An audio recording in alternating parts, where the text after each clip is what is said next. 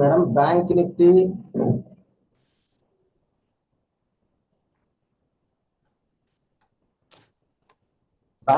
అయితే ఈరోజు inside candle పడింది మేడం. బ్యాంక్ నిఫ్టీలో ఇన్సైడ్ క్యాండిల్ పడిందంటే మోస్ట్ ప్రాబబ్లీ మంచి లాస్ట్ టైం కూడా ఒకసారి ఇన్సైడ్ క్యాండిల్ పడింది, మంచి మూమెంటం ఇచ్చింది. సో ఇప్పుడు ఇన్సైడ్ క్యాండిలే పడింది. సో ఇన్సైడ్ క్యాండిల్ పడిందంటే ఈ రెండు కానీ బ్రేక్ ఏంటంటే మనకి మంచి టార్గెట్ ఉంటుంది.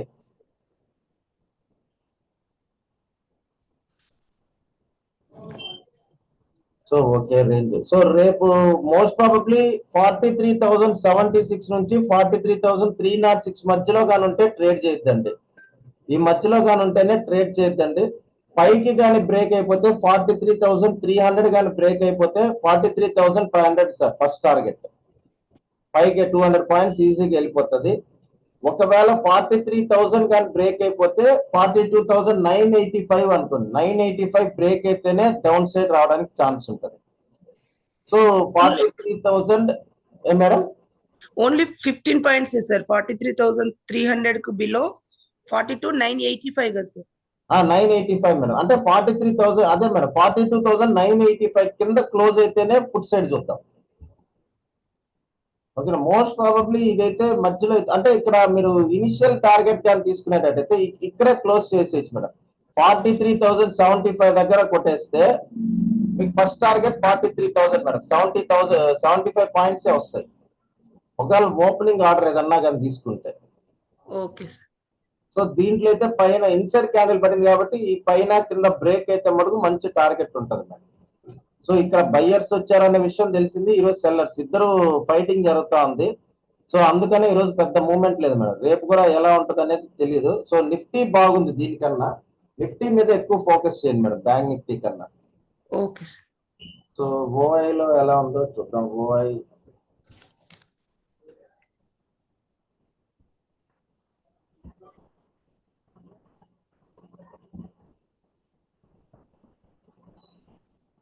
సో ఓఐలో హైయెస్ట్ ఎక్కడ ఉంది? హైయెస్ట్ 29,000 హైయెస్ట్ చూపిస్తుంది, ఎక్కువ లేరు. సో 43,200 ఇటు పక్క అంతా ఎగ్జిట్ అయిపోతున్నారు మేడం.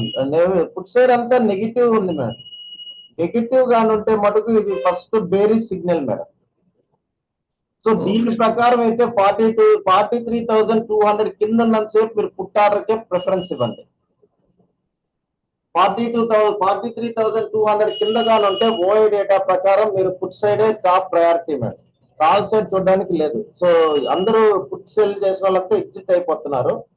సో దీని ప్రకారం అయితే నెగిటివ్ మార్కెట్ కనిపిస్తుంది madam. Bank Nifty pure negative గా ఉంది.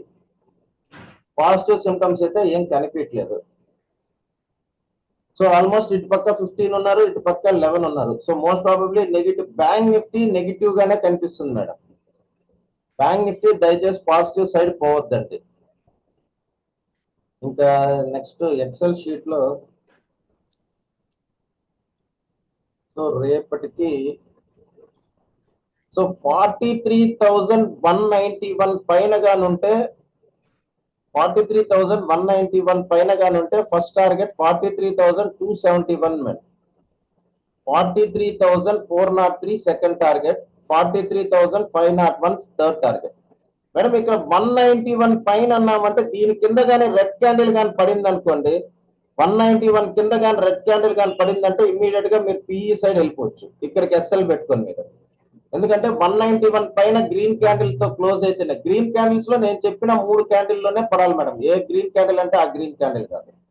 అదే 43,191 కింద కానీ ఉంటే మనకి ఇమీడియట్ గా పుట్ ఆర్డర్కి వెళ్ళిపోవచ్చు. ఎందుకంటే మనకి ఓఐ డేటా కూడా 43,200 అనేది రెసిస్టెన్స్ కింద చూపిస్తుంది. తర్వాత ఒకవేళ మీరు పుట్ సైడ్ పోవాలంటే 43,156 కానీ బ్రేక్ అయిపోతే మనకు కాన్ఫిడెంట్ గా వెళ్ళిపోవచ్చు. 43,156 first target 43,041, next target 42,943, third target 42,811. ఈ 3 టార్గెట్స్ కింద గుర్తుపెట్టుకోండి. ఓకే. సో మోస్ట్ ప్రాబబ్లీ అయితే బ్యాంక్ నిఫ్టీ అయితే 43,200 దగ్గర సెల్ చేయడానికి ట్రై చేయండి. 43,200 దగ్గర తీసుకోవడానికి చూడండి. ఇది మెయిన్ ఆప్షన్. ఇది ఎస్ఎల్ 43,200 దగ్గర పెట్టుకొని పిఈకి చూడండి సార్. కాల్ సైడ్ అయితే చూడొద్దండి. పిఈ సైడ్ ఎక్కువ టాప్ ప్రయారిటీగా పెట్టుకోండి. ఇది బ్యాంక్ నిఫ్టీలో నేను ఐడెంటిఫై చేసింది మేడం.